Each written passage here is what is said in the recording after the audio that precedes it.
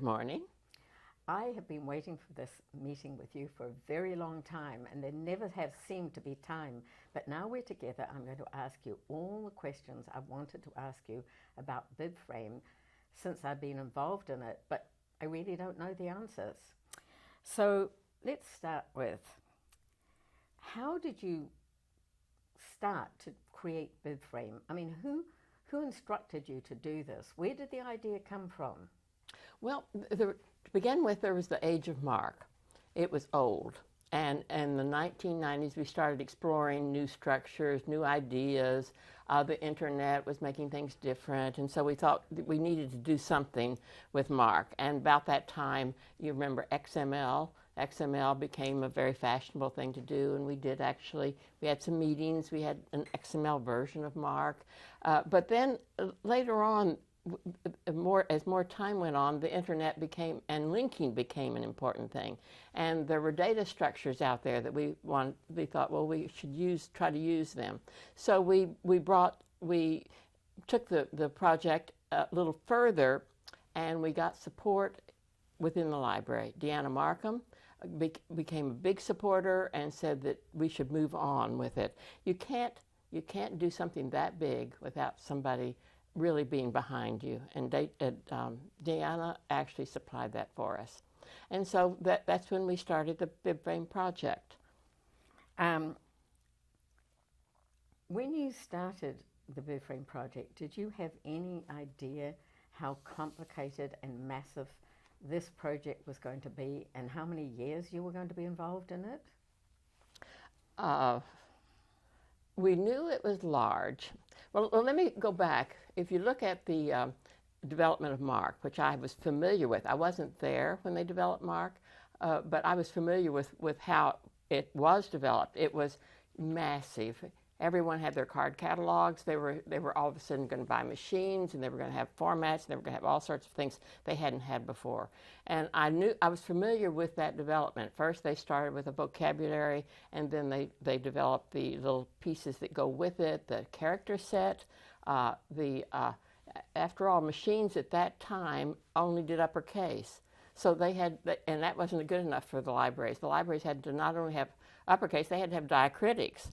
And so we had to, there were a lot of things they had to develop. Well, in the same way, we were trying to move from this huge MARC infrastructure that's worldwide, really. We were trying to move that into this new format. So we started with a vocabulary, and we started looking at little pieces that we needed, small vocabularies that could be used within the description of an item, codes, URIs. After all, that was if we were going to do linking, we had to have URIs for some of the data, and we started an early implementers group. MARC had also had an early implementers group. It had the group had. Didn't do very much, but they explored enough that there was actually a MARC II. And I don't know if you remember, but quite often people call MARC II. And that was just because there was a MARC I and MARC II. Well, there was a BIBFRAME I and a BIBFRAME II also, because we developed it. We had the early experimenters. We looked at things, and then we redeveloped it based on what we learned. If I understand from what you're saying, RDA didn't really play a role in you starting BIBFRAME. I think a lot of us think that RDA might have prompted the start of BIBFRAME.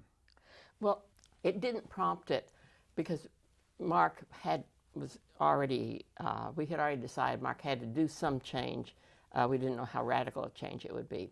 But the development of the cataloging rule, the redevelopment of the cataloging rules. Well, to begin with, the ISBD, which of course RDA took, and we also took for the new BIBFRAME. There was that development that really looked attractive. RDA gave us, said, well, we're going to give you a new foundation for what you're doing. So we thought, well, this is a useful time for us to also do something with the format, rather than trying to take the RDA data and cram it into. So we did, and we used RDA as a guide. The MARC environment has always said it didn't matter what cataloging rules you use, you can use this format. So if you're ACR, you can use this format. If you're some other community, you can use this format. But, and we had to keep, that's the MARC point of view, and that was sort of the BIBFRAME point of view. But it's heavily dependent on RDA because it became something, when we did BIBFRAME 1, it was less dependent. We said, no, we want it to be a little bit closer to BIBFRAME, to RDA, and so with BIBFRAME 2, we followed RDA. It became our outline, essentially. Okay. That's very interesting. Would you say that the original purpose of BIBFRAME has changed since you started out? That it had a narrower focus and now it's got a broader focus? I don't think it had a narrower focus, but let me say that it has been painfully slow and it has been evolutionary. So you could say, well, it may be one of the things that evolved into a broader, but I think that I think from the very beginning we realized that MARC had a huge infrastructure, and that was the whole infrastructure that we were trying to replace eventually. Okay. But I also note that in parallel with MARC, we continued to print cards for 25 years after MARC was started. And just like everybody says, well, when's MARC going to die and we're all going to be using BIBFRAME? It may be 15 or 20 years before we actually we have the whole environment converted over to a BIBFRAME compatible infrastructure. Okay. Has it been more or less difficult to create BIBFRAME than you imagined when you started out on this project? I think it's been more difficult. Yeah, yes. I would have thought so too. And part of that is because it's one thing to say, okay, here's a data structure, and you just put the data in these little pockets, and you've got a new BIBFRAME record instead of a MARC record, or a BIBFRAME description instead of a MARC record. But we have 19 million MARC records in our database, and we have got to bring those forward. And they were created not under RDA, but under many different cataloging rules and many different cataloging decisions that were made, that we will do this for this kind of thing to the records, and then we will do that kind of thing to the records. And so we had a real mixed bag, and that has been very difficult to deal with. Some days we look at the stuff that we're converting from the old database. Some days we're just looking at the new that we're converting, and then we have to try to make sure that these two are going to look the same within the BIBFRAME environment. And another thing that's been is that the cataloging, the RDA, in fact, is not completely stable, and it never will be. It evolves. Mm-hmm. And so the cataloging rules continue to evolve. They did in the past, and they do in the future. And so that complicates our job. Yes, and we're going to complicate it further in the very near future as we adopt a new RDA yes. and the new RDA toolkit. How would you describe BIBFRAME to an audience if you were asked to describe it? I mean, I know a lot of us thought initially that LC was creating an ILS, and I think even some of us here at LC did, but it really isn't that. It's tools. So how would you describe it to an audience? I think that key word of tools is perfect. I call it an aggregate. Okay. And, that's also a key word in RDA yes. right now. But it's data elements. It's the systems that supply the URIs and the codes and the controlled terms. It's building systems that can use this data in this new structure that is not a structure that was developed for our data, but was developed outside of it by the W3C, the World Wide Web Consortia, and we use that data structure.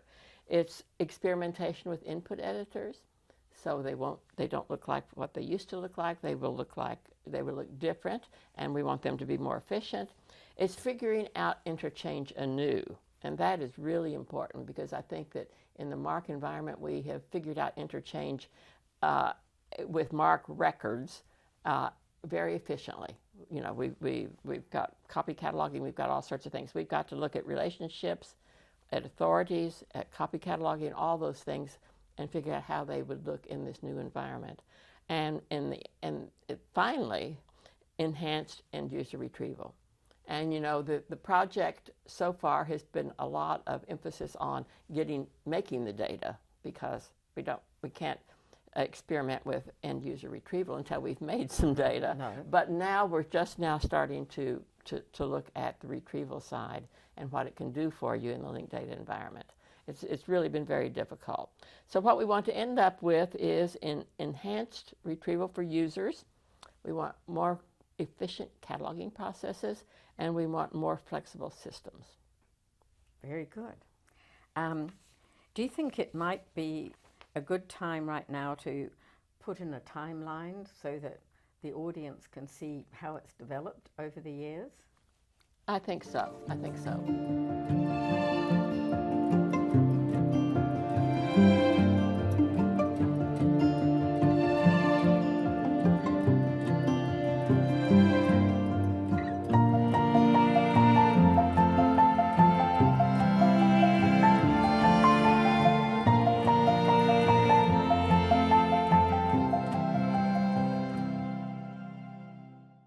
Okay.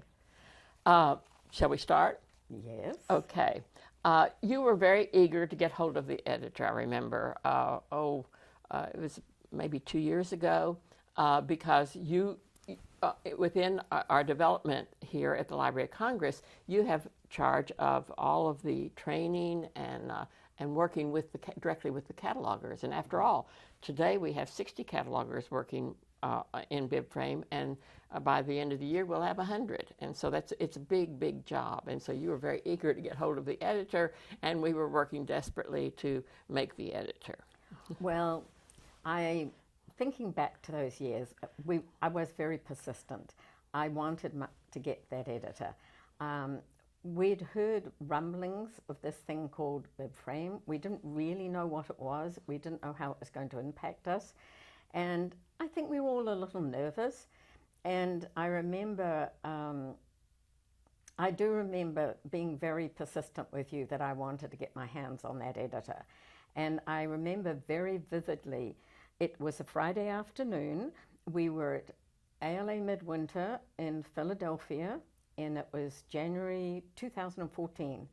And Paul Frank came to me very excited and said, "I've got my hands on the editor." I said, "You have?" He said, "What should I do?" I said, "Oh, forget everything. Just go to your hotel and pull together some kind of PowerPoint. I'll fill in for you at all the meetings, and I'll join you as soon as I can." And he was staying at a Kimpton, and if you know anything about Kimpton hotels, they have a happy hour. So I joined him for happy hour, and we sat there with a glass of wine each, and we went through his PowerPoint, we discussed it, we edited it, and at that time, BIBFRAME editor was extremely primitive, but we really didn't care. We were just so excited to get our hands on this thing. And then the very next day, we presented it in the booth, and it was a tremendous hit. Wonderful, wonderful. And maybe we should have joined you for drinks, and we could have done that editor a little bit faster. But at any rate, what happened when you finally had the access to BIBFRAME and you were really starting to teach people and develop profiles and things of that sort? Well, I don't think that Paul and I anticipated what was going to happen at that ALA Midwinter. It was like letting Jack out of the box, and there was no way to put him back in. The presentation got such rave reviews that when we got back to LC, Deanna Markham asked us to do a demo, and I sent Paul Frank along to demo the BIBFRAME editor. And then the next thing we knew was Dr. Billington wanted a presentation. And so we thought about that, and we decided, Paul is a Russian scholar. Let's send Paul down, because Dr. Billington, as you know, was a Russian scholar. And so we sent Paul down, and that was very well received. And then the next thing we knew was we were engaged in a pilot. And I think that was about June 2015 when we started that first pilot. Was it? And we had about 60 cataloguers that you mentioned. And I know you weren't quite ready for the pilot to begin, but there were some very determined forces in the Library of Congress that, and I'm not saying I was the determined force, that wanted it to begin at that time. And we began with a very basic, I would say, BIBFRAME editor.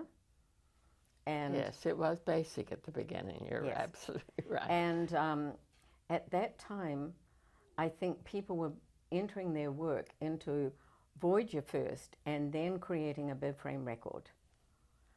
But by the end of that pilot, they were creating their records in BIBFRAME and then repeating them in the ILS Voyager.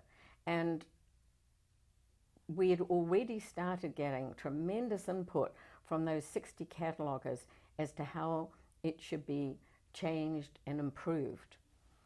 And that was the beginning, and it's never stopped. And you know, that also the input came in of what they were missing in the vocabulary. And so when BIBFRAME 2 was developed, which was a little bit of a redevelopment of BIBFRAME 1, it took into account all the comments from this actual experience by these catalogers that they had using that very embryonic editor. It might be interesting right now to show what the BIBFRAME editor looked like in 2014, because I think often people think, oh, it should be like this, it should be like that, and why isn't it better than this or something? And if they could see what it looked like in 2014, they might realize that it's an incredible product now compared with what the first pioneers had to deal with. And they were very cheerful. They were. they were very eager to do something new and different, I think, and to be part of the experiment. Yeah, I think they were very brave, and yeah, I agree. They entered wholeheartedly into it and gave us a lot of good input. Okay, and I believe we have some URLs, so if you want to look at more, there are some URLs that we can put up on the screen. Yeah, and we could also, you know, put up what the BIBFRAME editor looks like today. Oh, yes. Because I think that people would be interested to see that and to be able to make that comparison with what it was like in 2014 as opposed to what it's like today. Okay, thank you. Thank you very much, Sally. Thank you.